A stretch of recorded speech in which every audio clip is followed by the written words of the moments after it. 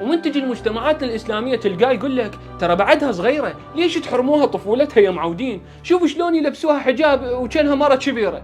عجيب، يعني بكل صراحة دا يعصي أوامر جبار السماوات والأرض، ويخلي بنته الواصلة لسن البلوغ تستعرض وترقص قدام الناس حتى يقولوا لها فدوة.